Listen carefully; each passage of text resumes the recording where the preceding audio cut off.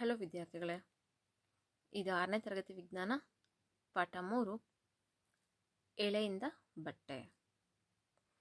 ನಾವು ಲಾಸ್ಟ್ ವಿಡಿಯೋದಲ್ಲಿ ಕೆಲವು ಸಸ್ಯನಾರುಗಳಲ್ಲಿ ಹತ್ತಿಯನ್ನು ನೋಡಿದ್ವಿ. ಇವತ್ತು ಅದರ ಮುಂದುವರೆದ ಭಾಗ. ಎರಡನೇದು ಸೆಣಬು. ಸೆಣಬಿನ ಗಿಡದ ಕಾಂಡದಿಂದ ಸೆಣಬಿನ ನಾರನ್ನು ಪಡೆಯಲಾಗುತ್ತದೆ. ಇದನ್ನು ಮಳೆಗಾಲದಲ್ಲಿ ಬೆಳೆಯುತ್ತಾರೆ. ಭಾರತದಲ್ಲಿ ಸೆಣಬನ್ನು ಮುಖ್ಯವಾಗಿ ಪಶ್ಚಿಮ ಬಂಗಾಳ, ಬಿಹಾರ ಮತ್ತು ಅಸ್ಸಾಂಗಳಲ್ಲಿ ಬೆಳೆಯುತ್ತಾರೆ. ಸಾಮಾನ್ಯವಾಗಿ ಸೆಣಬಿನ ಗಿಡವನ್ನು ಹೂ ಬಿಡುವ ಹಂತದಲ್ಲಿ ಕೊಯ್ಯುತ್ತಾರೆ. ಕೊಯ್ಲು ಮಾಡಿದ ಸಸ್ಯಗಳ ಕಾಂಡಗಳನ್ನು ಕೆಲವು ದಿನಗಳ ಕಾಲ ನೀರಿನಲ್ಲಿ ಮುಳುಗಿಸಲಾಗುತ್ತದೆ. ಕಾಂಡಗಳು ಕೊಳೆತ ನಂತರ ನಾರುಗಳನ್ನು ಕೈಯಿಂದ ಬೇರ್ಪಡಿಸಲಾಗುತ್ತದೆ. ಅಂದರೆ ಸಸ್ಯ ನಾರುಗಳಲ್ಲಿ ಮುಖ್ಯವಾಗಿ ಹತ್ತಿಯನ್ನು ಬಿಟ್ಟರೆ ನೆಕ್ಸ್ಟ್ ಬರುವಂಥದ್ದೇ ಸೆಣಬು. ಇದನ್ನು ಹೆಚ್ಚಾಗಿ ಪಶ್ಚಿಮ ಬಂಗಾಳ, ಬಿಹಾರ ಮತ್ತು ಅಸ್ಸಾಂಗಳಲ್ಲಿ ಬೆಳೀತಾರೆ. ಅಂದರೆ ನಮ್ಮ ಕರ್ನಾಟಕದಲ್ಲಿ ಇದು ಅಷ್ಟೊಂದು ಪ್ರಾಮುಖ್ಯತೆಯನ್ನು ಪಡೆದಿಲ್ಲ. ನಮ್ಮಲ್ಲಿ ಹತ್ತಿ ಹೆಚ್ಚಾಗಿ ಬೆಳೀತಾರೆ.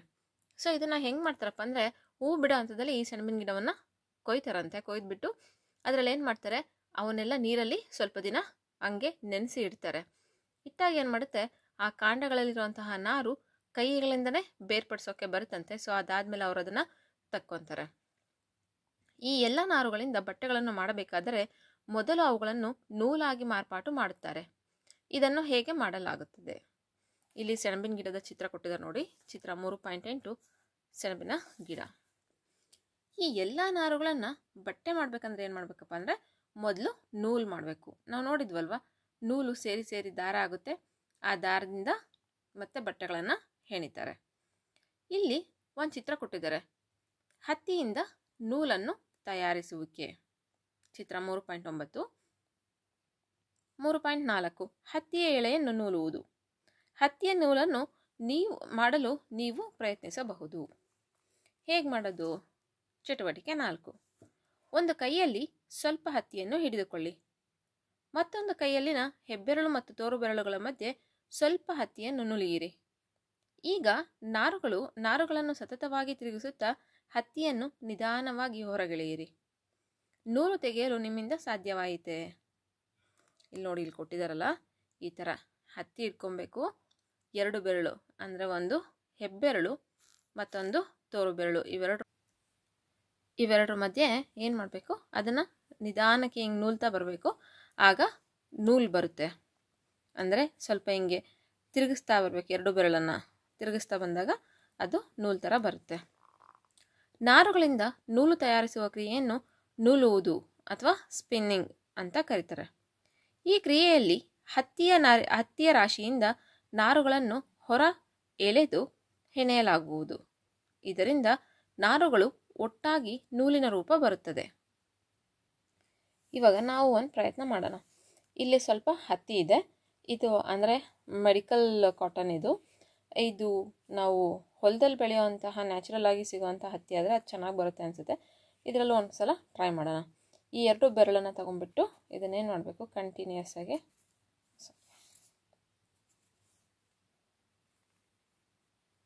ಹಿಂಗೆ ಮಾಡ್ತಾ ಬಂದರೆ ಅದೇನಾಗುತ್ತೆ, ಉದ್ದಕ್ಕೆ ನೂಲು ಥರ ಬರುತ್ತೆ. ಸೊ ಇದು ಮೆಡಿಕಲ್ ಕಾಟನ್ ಆಗಿರೋದ್ರಿಂದ ಅಷ್ಟೊಂದು ನೀಟಾಗಿ ಬರ್ತಾ ಇಲ್ಲ. ಮನೇಲಿ ಬೆಳೆಯೋ ಹತ್ತಿ ಆದರೆ ನೋಡಿ, ನೀವು ಹಿಂಗೆ ಅಂತ ಇದ್ದರೆ ನೀವು ಎಷ್ಟು ಎಳೆ ಮಾಡ್ತೀರೋ ಅಷ್ಟು ಎಳೆ ಆಗಿ ಬರ್ತಾ ಹೋಗುತ್ತೆ. ಅದು ಈ ಥರ ಮಾಡಿಬಿಟ್ಟು ನೋಡಿ, ಇದರಲ್ಲಿ ಎಷ್ಟು ಚಿಕ್ಕ ಚಿಕ್ಕ ಎಳೆಗಳಿದ್ದಾವೆ ಅಲ್ವಾ? ತುಂಬ ಚಿಕ್ಕದಾದಂಥ ಎಳೆಗಳು ಕಾಣಿಸ್ತಿದ್ದಾವಲ್ಲ? ಓಕೆ. ನೂಲುವುದಕ್ಕೆ ಬಳಸುವ ಒಂದು ಸರಳ ಸಾಧನ ಕೈಕೆದರು, ಹ್ಯಾಂಡ್ ಸ್ಪಿನ್ನಲ್. ಇದಕ್ಕೆ ತಕಲಿ ಎಂದು ಕರೆಯುತ್ತಾರೆ. ಚಿತ್ರ 3.10. ಈ 3.10ರಲ್ಲಿ 3.11 ಇದು ಇಲ್ಲಿ ಕೊಟ್ಟಿದ್ದಾರೆ ನೋಡಿ. ಚಿತ್ರ 3.10 ತಕಲಿ. ನೂಲುವುದಕ್ಕೆ ಬಳಸುವ ಕೈಯಿಂದ ಕಾರ್ಯನಿರ್ವಹಿಸಬಹುದಾದ ಮತ್ತೊಂದು ಸಾಧನ ಚರಕ. 3.11 ಇಲ್ಲಿ ನೋಡಿ, ಚರಕ. ಇದು ಸ್ವತಂತ್ರ ಹೋರಾಟದ ಭಾಗವಾಗಿ ಗಾಂಧೀಜಿಯವರು ಚರಕದ ಬಳಕೆಯನ್ನು ಜನಪ್ರಿಯಗೊಳಿಸಿದರು. ನಮಗೆಲ್ಲ ಗೊತ್ತಲ್ವ, ಗಾಂಧಿ ತಾತ ಚರಕ ಹಿಡ್ಕೊಂಡಿರ್ತಾರೆ. ಸೊ ನಾವು ಅದನ್ನು ಎಲ್ಲ ಫೋಟೋಗಳಲ್ಲಿ ನೋಡ್ತೀವಿ. ಮನೆಯಲ್ಲೇ ನೇಯ್ದ ಬಟ್ಟೆಯನ್ನು ಧರಿಸಲು ಮತ್ತು ಬ್ರಿಟನ್ ಗಿರಣಗಳಲ್ಲಿ ತಯಾರಾಗಿ ಆಮದುಗೊಳ್ಳುತ್ತಿದ್ದ ಬಟ್ಟೆಯನ್ನು ಬಳಸದಂತೆಯೂ ಅವರು ಜನರನ್ನು ಪ್ರೇರೇಪಿಸಿದರು. ಅಂದರೆ ಬ್ರಿಟಿಷ್ನರು ಅವಾಗ ಏನು ಮಾಡ್ತಿದ್ರು ಹೇಳಿ, ನಮ್ಮ ದೇಶವನ್ನು ಅವ್ರು ಆಳ್ತಾ ಇದ್ರು. ನಾವು ಹತ್ತಿ ಎಲ್ಲ ಬೆಳೀತಾ ಇದ್ವಿ ಅಲ್ವಾ, ನಾವು ಬೆಳೆದಿರೋ ಹತ್ತಿನ ಅವ್ರು ತೊಗೊಂಡೋಗೋದು, ತೊಗೊಂಡೋಗ್ಬಿಟ್ಟು ಅದನ್ನು ಅವ್ರ ಕಾರ್ಖಾನೆಯಲ್ಲಿ ಬಟ್ಟೆಗಳಾಗಿ ಮಾಡೋದು, ಅದನ್ನು ತಗೊಂಡ್ಬಿಟ್ಟು ನಮಗೆ ಜಾಸ್ತಿ ದುಡ್ಡಿಗೆ ಮಾರಾಟ ಮಾಡೋದು, ಆ ಥರ ಮಾಡ್ತಾಯಿದ್ರು. ಸೊ ಅದನ್ನು ನಾವು ಕೊಂಡ್ಕೋಬಾರ್ದು, ನಾವೇ ಹತ್ತಿ ಬೆಳಿತೀವಿ, ನಾವು ಯಾಕೆ ಬಟ್ಟೆಗಳನ್ನ ನೇಯ್ಕೋಬಾರ್ದು ಅಂತೇಳಿ ಗಾಂಧೀಜಿಯವರು ಚರಕದ ಮೂಲಕ ನೇಯೋದ್ರಿಂದ ಅವರು ಬೇರೆ ಅಂದರೆ ಆಮದುಗೊಳ್ಳುತ್ತಿದ್ದ ಬಟ್ಟೆಗಳನ್ನು ತಗೊಂಡಂಗೆ ಬೇರೆಯವ್ರನ್ನೆಲ್ಲ ಪ್ರೇರೇಪಿಸಿ ಚರಕದಿಂದ ಬಟ್ಟೆಗಳನ್ನು ನೇಯ್ಕೊಳಂಗೆ ಮಾಡಿದರು. ಖಾದಿಯನ್ನು ಜನಪ್ರಿಯಗೊಳಿಸಲು ಮತ್ತು ಪ್ರೋತ್ಸಾಹಿಸಲು ಭಾರತ ಸರ್ಕಾರವು ಖಾದಿ ಮತ್ತು ಗ್ರಾಮೀಣ ಕೈಗಾರಿಕೆಗಳ ಮಂಡಳಿಯನ್ನು 1956ರಲ್ಲಿ ಸ್ಥಾಪಿಸಿತು. ಇವಾಗಲೂ ಕೂಡ ಸಿಟಿಗಳಲ್ಲಿ ಖಾದಿ ಅಥವಾ ಖಾದಿ ಭಂಡಾರ, ಖಾದಿ ಬಟ್ಟೆ ಅಂಗಡಿಗಳು ಕೂಡ ಇರ್ತವೆ. ಈ ಖಾದಿಯನ್ನು ಜನಪ್ರಿಯಗೊಳಿಸೋದಕ್ಕೆ ಭಾರತ ಸರ್ಕಾರ ಏನು ಮಾಡ್ತು, ಖಾದಿ ಮತ್ತು ಗ್ರಾಮೀಣ ಕೈಗಾರಿಕೆಗಳ ಮಂಡಳಿಯನ್ನು 1956ರಲ್ಲಿ ಸ್ಥಾಪನೆ ಮಾಡ್ತು. ನೂಲುವ ಯಂತ್ರಗಳ ಸಹಾಯದಿಂದ ದೊಡ್ಡ ಪ್ರಮಾಣದಲ್ಲಿ ನೂಲುವರು. ನಂತರ ಈ ನೂಲನ್ನು ಬಟ್ಟೆ ತಯಾರಿಸಲು ಬಳಸುವರು. ಇದು ಚರಕ. ಬಟ್ ಇವಾಗೆಲ್ಲ ಏನಾಗಿದೆ, ಯಾರು ಚರಕಗಳನ್ನು ಯೂಸ್ ಮಾಡೋದಿಲ್ಲ. ಏನು ಮಾಡ್ತಾರೆ, ಈಗೆಲ್ಲ ಸಾಕಷ್ಟು ದೊಡ್ಡ ದೊಡ್ಡ ಮಿಷನರೀಸ್ ಬಂದಿದ್ದಾವೆ, ಅದರಿಂದ ಏನು ಮಾಡ್ತಾರೆ, ಬಟ್ಟೆಗಳನ್ನು ನೇಯ್ತಾರೆ. ನೂಲಿನಿಂದ ಬಟ್ಟೆ. ನೂಲಿನಿಂದ ಬಟ್ಟೆಯನ್ನು ತಯಾರಿಸುವ ಹಲವಾರು ವಿಧಾನಗಳಿವೆ. ನೇಯುವುದು, ಹೆಣೆಯುವುದು 2 ಪ್ರಮುಖ ವಿಧಾನಗಳು. ಅಂದರೆ ದಾರ ಏನೋ ಎಲ್ಲ ಮಾಡಿಬಿಡ್ತಾರೆ, ಆದರೆ ಅದರಿಂದ ಬಟ್ಟೆಯನ್ನು ಹೇಗೆ ತಯಾರು ಮಾಡ್ತಾರೆ ಅನ್ನೋದನ್ನು ಮುಂದೆ ನೋಡೋಣ.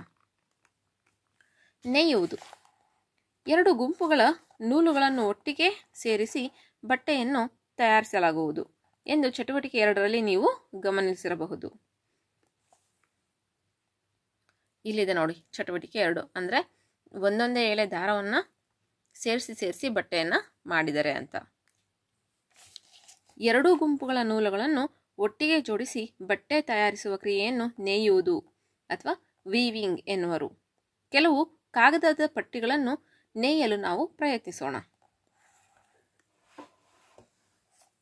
ಅಂದರೆ ಇಲ್ಲಿ ಬಟ್ಟೆ ನೇಯೋದು ಹೇಗೆ ಅಂತೇಳಿ ಹೇಳ್ಕೊಡ್ತಾ ಇದ್ದಾರೆ. ಚಟುವಟಿಕೆ 5. ಬೇರೆ ಬೇರೆ ಬಣ್ಣದ 2 ಕಾಗದದ ಹಾಳೆಗಳನ್ನು ತೆಗೆದುಕೊಳ್ಳಿ. ಪ್ರತಿ ಹಾಳೆಯಿಂದ ಉದ್ದ ಮತ್ತು ಅಗಲಗಳೆರಡು 30 ಸೆಂಟಿಮೀಟರ್ಗೆ ಸಮವಾಗಿರುವಂತೆ ಚೌಕವನ್ನು ಕತ್ತರಿಸಿ. ಈಗ 2 ಹಾಳೆಗಳನ್ನು ಅರ್ಧಕ್ಕೆ ಮಡಿಚಿ. ಇಲ್ಲಿ ನೋಡಿ, ಇಲ್ಲಿ ಕೊಟ್ಟಿದ್ದಾರೆ ಎ ಮತ್ತು ಬಿ, 2 ಬೇರೆ ಬೇರೆ ಬಣ್ಣದ ಹಾಳೆಗಳು. ಇಲ್ಲಿ ಕಾಗದದ ಪಟ್ಟಿಗಳನ್ನು ನೇಯ್ತಾ ಇರೋದು ನೋಡಿ, ಇಲ್ಲಿ ಕೊಟ್ಟಿದ್ದಾರೆ. ಒಂದು ಹಾಳೆಯ ಮೇಲೆ ಚಿತ್ರ 3.12ರಲ್ಲಿ ತೋರಿಸಿರುವಂತೆ 3.12 ಎನಲ್ಲಿ ತೋರಿಸಿರುವಂತೆ ಮತ್ತು ಇನ್ನೊಂದು ಹಾಳೆಯಲ್ಲಿ ಚಿತ್ರ 3.12 ಬಿನಲ್ಲಿ ತೋರಿಸಿರುವಂತೆ ಗೆರೆಗಳನ್ನು ಎಳೆಯಿರಿ. ಅಂದರೆ ಸಣ್ಣ ಸಣ್ಣಗೆ ಕರೆಕ್ಟ್ ಮೆಜರ್ಮೆಂಟಲ್ಲಿ ಗೆರೆಗಳನ್ನು ಎಳಿಬೇಕು. ಚುಕ್ಕೆಗಳ ಸಾಲುಗಳ ಅನುಗುಣವಾಗಿ 2 ಹಾಳೆಗಳನ್ನು ಕತ್ತರಿಸಿ ನಂತರ ಬಿಡಿಸಿ. ಅಂದರೆ ನೀವೇನು ಮಾರ್ಕ್ ಮಾಡ್ಕೊಂಡಿರ್ತೀರೋ ಆ ಥರ ಕಟ್ ಮಾಡಿ ಅವನ್ನೆಲ್ಲ ಒಂದೊಂದೇ ಬಿಡಿಸ್ಕೊಬೇಕು. ಚಿತ್ರ 3.12 ಸಿನಲ್ಲಿ ತೋರಿಸಿರುವಂತೆ ಕಾಗದದ ಪಟ್ಟಿಗಳನ್ನು ಕತ್ತರಿಸಿದ ಜಾಗಗಳ ಮೂಲಕ ಒಂದಾದ ಮೇಲೆ ಒಂದರಂತೆ ನೇಯಿರಿ. ಎಲ್ಲ ಬಣ್ಣದ ಪಟ್ಟಿಗಳನ್ನು ನೇಯ್ದ ನಂತರ ನಮೂನೆಯನ್ನು ಚಿತ್ರ 3.12 ಡಿನಲ್ಲಿ ಕಾಣಬಹುದು. ಇದೇ ರೀತಿ ಒಂದು ಬಟ್ಟೆಯನ್ನು ತಯಾರಿಸಲು 2 ವಿಧದ ನೂಲುಗಳನ್ನು ನೇಯಲಾಗುವುದು. ಆದರೆ ಎಳೆಗಳು ಕಾಗದದ ಪಟ್ಟಿಗಳಿಗಿಂತ ತೆಳುವಾಗಿರುತ್ತವೆ. ಬಟ್ಟೆಯ ನೇಯ್ಗೆಯನ್ನು ಮಗ್ಗ ಅಥವಾ ಲೂಮ್ಗಳ ಮೇಲೆ ಮಾಡಲಾಗುತ್ತದೆ. ಚಿತ್ರ 3.13 ಮಗ್ಗಗಳು ಕೈ ಅಥವಾ ವಿದ್ಯುತ್ ಚಾಲಿತವಾಗಿರುತ್ತವೆ. ಅಂದರೆ ಇಲ್ಲಿ ನೋಡಿ, ಇಲ್ಲಿ ಕೊಟ್ಟಿದ್ದಾರಲ್ವಾ, ಇವು ಪೇಪರ್ನ ದೊಡ್ಡದಾಗಿ ಕತ್ತರಿಸ್ಕೊಂಡು ಅದರ ದೊಡ್ಡದಾಗಿ ನೇಯ್ಗೆ ಮಾಡಿದ್ದಾರೆ. ಇದೇ ಥರ ಬಟ್ಟೆಗಳ ನೂಲುಗಳು ಗೊತ್ತಲ್ವ, ನಾವು ಲಾಸ್ಟ್ ಕ್ಲಾಸಲ್ಲೆಲ್ಲ ಲಾಸ್ಟ್ ವಿಡಿಯೋದಲ್ಲಿ ನೋಡಿದ್ವಲ್ವ, ಒಂದೊಂದು ದಾರ ಎಷ್ಟು ಚಿಕ್ಕದಿರ್ತದೆ ಅಂತ. ಆ 2 ಬಣ್ಣದ ದಾರಗಳನ್ನ ತೊಗೊಂಡ್ಬಿಟ್ಟು ನೇಯೋದಂದರೆ ತುಂಬ ಸಣ್ಣದಿರೋಂತಹ ದಾರಗಳನ್ನು ತಗೊಂಡು ನೇಯೋದು ಬಟ್ಟೆಗಳನ್ನು. ಸೊ ಇದನ್ನು ಮಗ್ಗಗಳು ಅಂತ ಕರೀತಾರೆ. ಈ ಥರ ಬಟ್ಟೆ ನೇಯೋದನ್ನು ಇಲ್ಲಿ ಕೊಟ್ಟಿದ್ದಾರೆ ನೋಡಿ, ಚಿತ್ರದಲ್ಲಿ ತೋರಿಸಿದ್ದಾರೆ. ಕೈಮಗ್ಗದಲ್ಲಿ ಯಾವ ಥರ ಬಟ್ಟೆಗಳನ್ನು ನೇಯ್ತಾರೆ ಅಂತೇಳಿ. ಇವು ಕೈಮಗ್ಗ, ಕೈಗಳಿಂದನೂ ಕೂಡ ಮಾಡ್ತಾರೆ. ಮತ್ತು ಇವಾಗ ವಿದ್ಯುತ್ ಚಾಲಿತ ಅಂದರೆ ಕರೆಂಟ್ ಪವರಿಂದನೂ ಚಾಲಿತವಾಗಿರುವಂತಹ ಮಗ್ಗಗಳು ಬಂದಿದ್ದಾವೆ. ಸೊ ಇವತ್ತಿಂದು ಪಾಠ ನಿಮಗೆ ಅರ್ಥ ಆಗಿದೆ ಅಂದ್ಕೊಂಡಿದ್ದೀನಿ.